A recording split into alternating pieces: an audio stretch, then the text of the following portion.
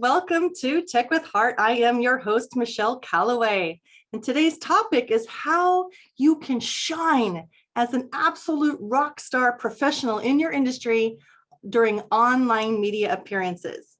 So when you want to start making a name for yourself and you want to start broadcasting your message on a bigger audience, I should say, you're going to want to start getting interviewed or showing up as a guest on other people's shows. And those could be TV shows, it could be radio shows, it could be podcasts.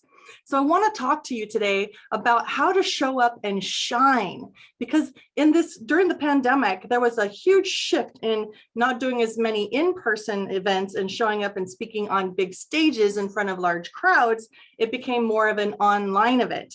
Well, we can talk today about how we can use technology and different like lighting, different cameras, but also etiquette, right? And how is it that you can show up so powerfully that people will be bragging about you as a guest, and they will literally refer you to other people to have as a guest on their show or on their stage. Who doesn't want more of that, right? It's called referral marketing, and it's word of mouth, and it is the strongest form of getting and growing your business, or getting more business and growing your business, because people who have built up their own reputation are now referring you to others. And that's going to carry a tremendous amount of weight, a lot more weight than just running an ad, right? So think about this when you are showing up on interviews. I'm going to go through a list of things that are seen to be quite problematic, honestly, in how professionals are showing up unprofessionally. And we don't want that for you. We want you to shine so bright that you literally start attracting business to you like a tractor beam, because you are doing it so exceptionally well. And if you're a show host, these are also things to consider for you as a show host, but also things that you can start sharing with your potential guests in preparation for how you want them to show up, so that ultimately their guest appearance on your show elevates the show itself. You don't want to have guests on that are knowledgeable, but they don't show up well. That doesn't do a whole lot for your quality of show, right? So we're going to talk about a lot of things today. So buckle in and get ready and start getting some notes and paper, or start typing on your computer some of these tips. All right. So the first thing we're going to talk about is, as a guest, whether you're speaking in real life on somebody's stage, or whether you are showing up to be interviewed on somebody's show online, show up early. Show up about 10 minutes early, if at all humanly possible. And what this does is it allows the host to, connect with you, make sure everything's working really well. You don't want to show up on the mark at the time that you're supposed to be going live, or you're supposed to be getting recorded, and then only to find out that you're having nothing but tech issues, right? So you want to get there early enough so that if there are tech issues or lighting issues or mic issues, that you can resolve them within that 10 minutes time, so that you're not putting a burden on that show host. So think about that. It also makes you look super professional, because you're coming prepared ahead of time. Hallelujah. And then the other thing is, when you are talking about showing up well, you want to make sure you are well lit. And a lot of people are doing interviews from their home office, or even an office. You want to make sure that the lighting is really well on your face, okay, on your upper body. If you've got too strong of a light coming in from the side, you're going to have nothing but dark shadows over here. And you have to remember that a lot of communication is nonverbal communication. So you definitely want to be well lit on both sides. Right now I'm in my home office, but I'm facing the window. So I have a lot of natural light coming in, but then I filled it with some ring lights on either side of my face. And I'll show you what the difference is. I'm going to hit the button here and show you what it looks like for those of you who are watching. What one light goes off does. It's not horrible, but it looks better when I'm better lit, right? So you want to make sure as much as possible that you've got a good ring light or a box light that is able to illuminate yourself better than just even a natural light. You definitely don't want to put a light source behind you, like a window behind you, because then what that's going to do is it's going to make you like shadowed, like silhouetted. And you're going to want that light on your face to brighten up your face, because people are going to want to see you as well as hear you, because a lot of communication, like I mentioned, is nonverbal communication. It's body language. So you want to be well lit for that. Okay, so beyond lighting, the other thing that you should pay attention to when you're showing up for an interview is to wear solid colors. Somewhat bright, but not overly bright. Like there's like this super lemon yellow. Sometimes that's actually very harsh on the eyes. I had a client, a potential guest show up one time wearing a very bold striped jacket that was part of that person's brand. And it was actually causing the camera to wig out, and it was causing disruption to the eye. And so it was unfortunate, but I had to ask him to go get a different jacket on just for this interview. And you know, you need to know what that's like. If you were to get invited onto the Daily Show or the Morning Show, or even get interviewed on the news, you're not going to want to wear clothing that distracts away from your face, because you're going to want people focusing on your face. So keep that in mind. Solids versus patterns, okay, when it comes to showing up on an interview, because it's solids work better for the camera. All right, so be sure your microphone is set at a good output level. So like right now, I'm recording this in my studio, but I have no idea how you're sounding, how it's coming across to you that are listening. So what I would do as a professional is I should test my mic by recording myself using that mic and then playing it back, not just on my computer system, but even through like a mobile device, so I can identify if the quality of sound is good enough to be on somebody's stage or somebody's show. It could be a podcast, it could be a radio show, it could be a TV show. You want your audio to be high enough quality and not sounding like you're in a tin can. And tin can sound can come from different room environments. Like if you're in a room with like hard flooring and no arts on the wall, and there's just not a lot of furniture in there, you're going to get more echo. And that echo is going to actually be a distraction to the listener. So they're probably not going to stick around and listen to the rest of your show. So these are things to consider. So prepare ahead of time. Make sure you are using a quality mic, and you can go purchase these things on like Amazon if you want to, without spending a lot of money. RODE, Rode is a good company to get mics with. There's also there's podcasting mics that you see people have when they're only doing podcasting or they're doing radio, and it's usually on an arm that's coming out from their system, and they're speaking directly into that. Those are really good too. It really depends upon you. I prefer not to have that thing in my way, because I do a TV show, so I get a combo microphone and camera that is able to do both. So it's called an external web cam. So you can go online. You're welcome to reach out to me if you want help guiding you towards any of this hardware. I'm just simply giving you ideas and things to think about when you show up on somebody else's stage as a guest to be interviewed. You want to make sure you're coming across audibly, quality, and at a good level, because here's what happens too. If you're not producing output of audio at a good level, then the host is probably coming in nice and mic'd because they've taken the time to come across professionally. And then when it's your turn to talk, you could be sounding so small just because your audio output is not set right. Well, that's not good. That doesn't position you well, and it also doesn't make for a good quality show for the host. So please test your mic. Test it by recording yourself and then playing it back on multiple different devices so that you can hear how it sounds. If you need to run it by somebody else to get their opinion. You know, did they have to hit the volume up button when they went to play your stuff because you just weren't coming in quality? These are things to think about, okay? The quality of your camera.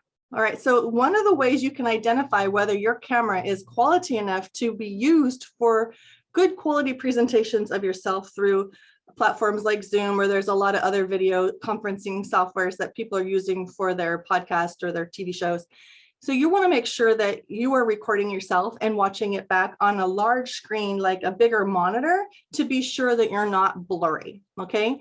Now, when you go live, sometimes the Facebook, for instance, will compress the quality of the video so that they can handle the bandwidth of the live stream.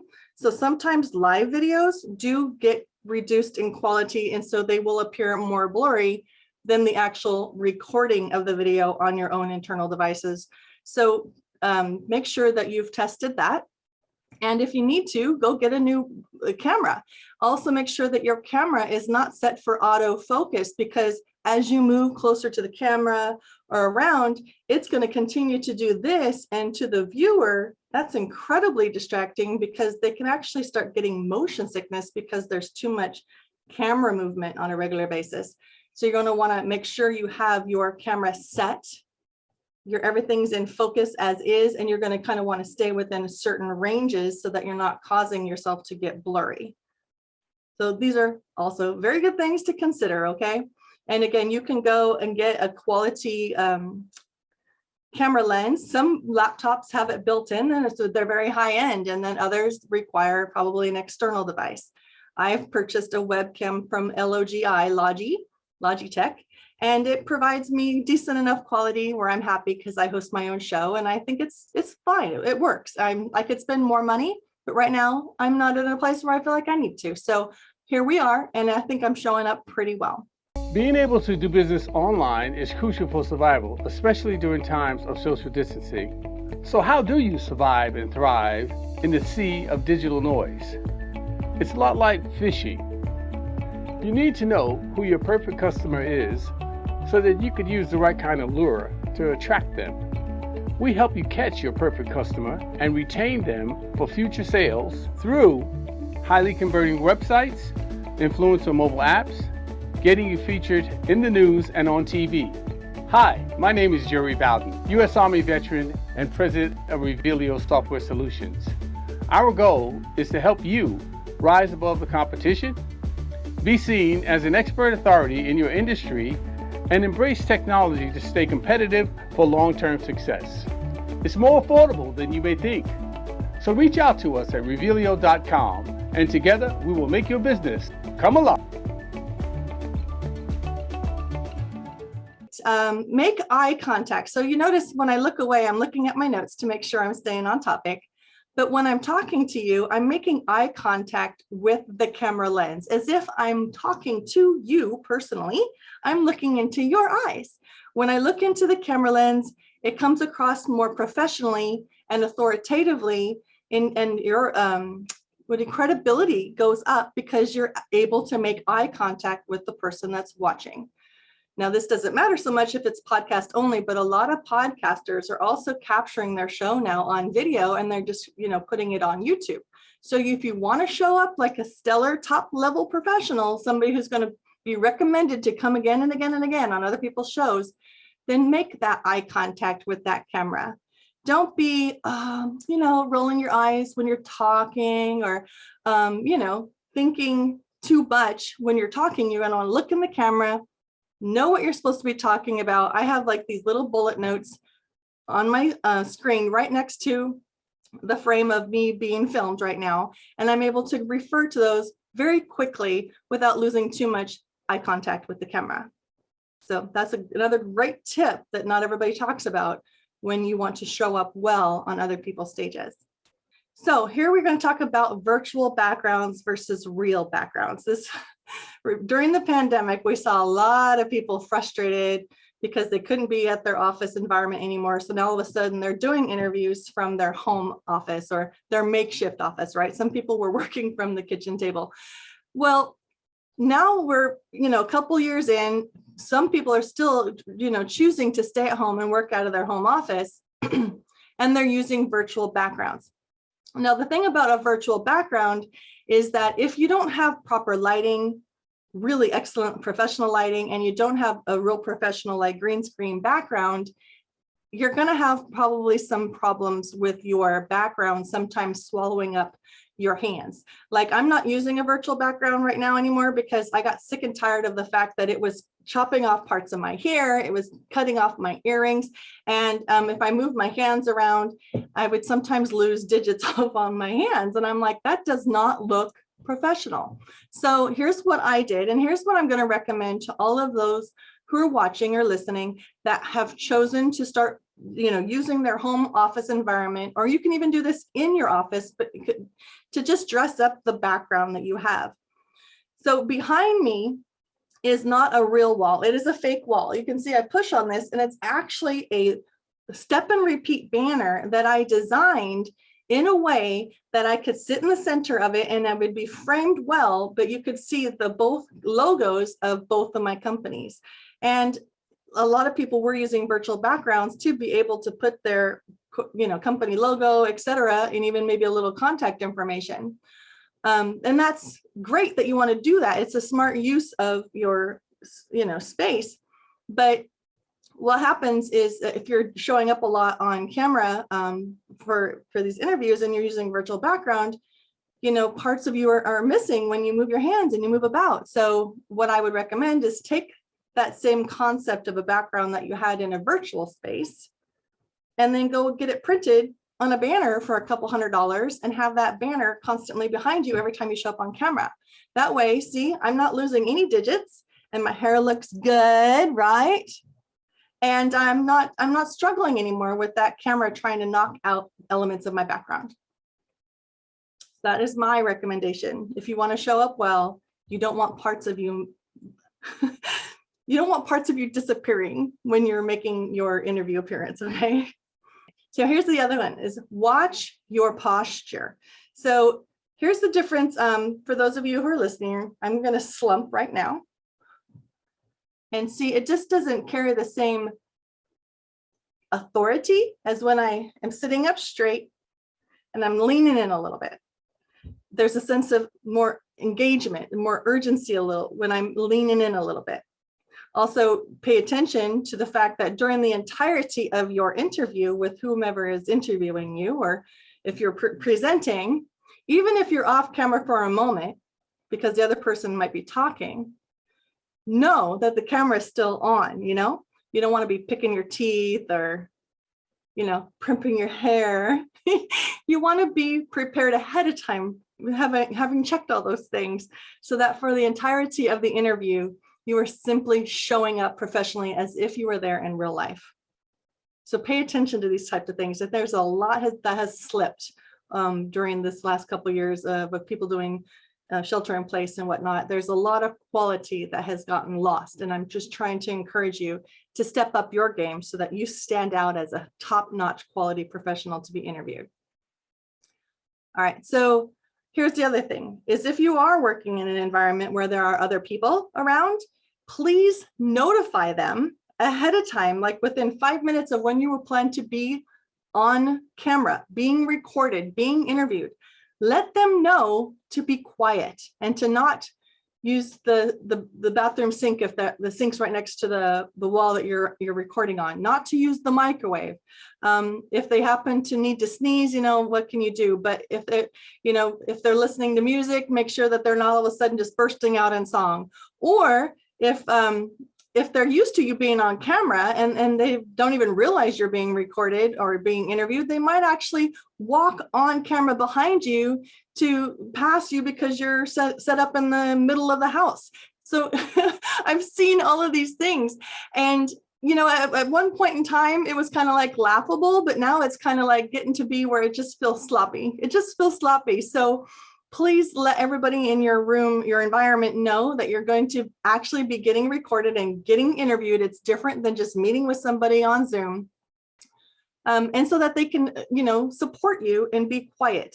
Also, if you have pets, make sure that those pets are being taken care of so that they don't have to be in the room with you during the interview, so that they don't take a chance of barking. Or I had one guest who literally almost the entire interview, that person was petting their dog underneath the desk, and you could hear the dog had a squeaky toy. So all of that was getting picked up on my show. And, that doesn't come across really professional.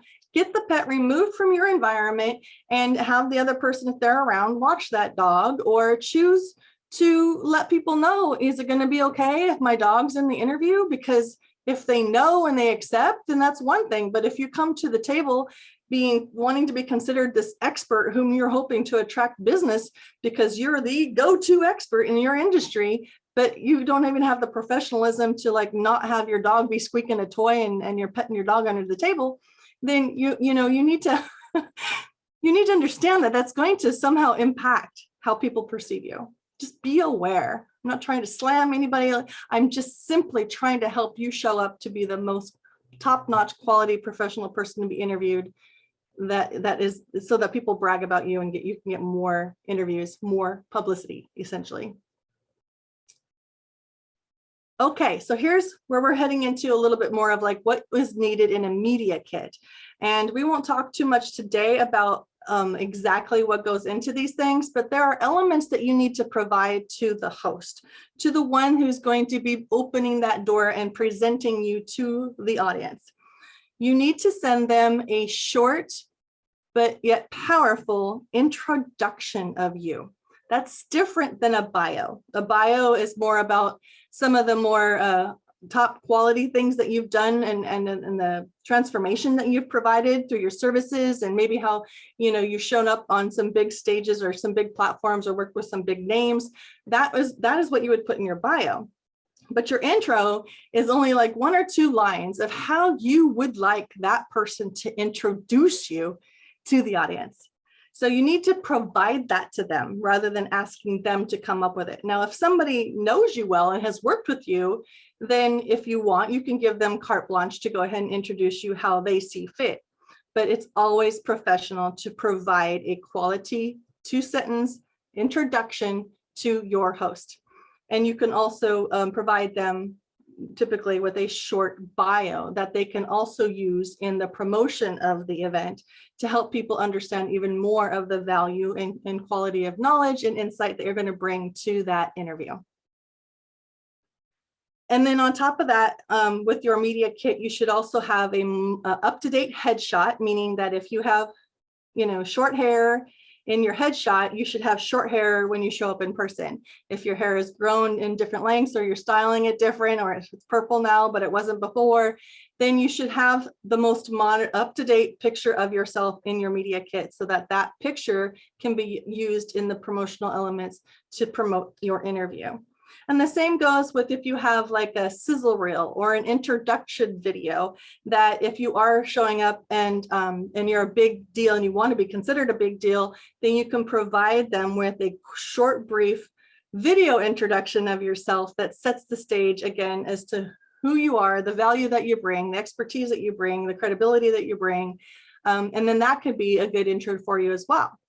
If you're doing live events or even some really, really well done virtual events, you can also provide the host with a intro song, right? So as they introduce you and they read your introduction, the team can be playing your intro song.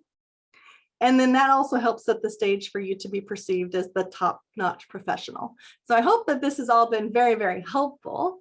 And if you have any questions, please share them by reaching out to us in the chat of whatever platform you're watching this or listening to. And we would love to give you some, more clarity on this or that, especially when it comes to hardware, cameras, lighting equipment, and or microphones. So I hope this helps. If you're interested in ever becoming a part of our super innovative, but yet friendly and heart-centered entrepreneur network, I invite you to go check us out at techwithheartnetwork.com. And if you're an expert and you have some guidance or insights that you would like to share with our entrepreneurial network, please reach out to us at techwithheartnetwork.com. We'd love to meet you and potentially interview you and have you just share your insights and value. And then together we all grow alongside one another. So here's to your success.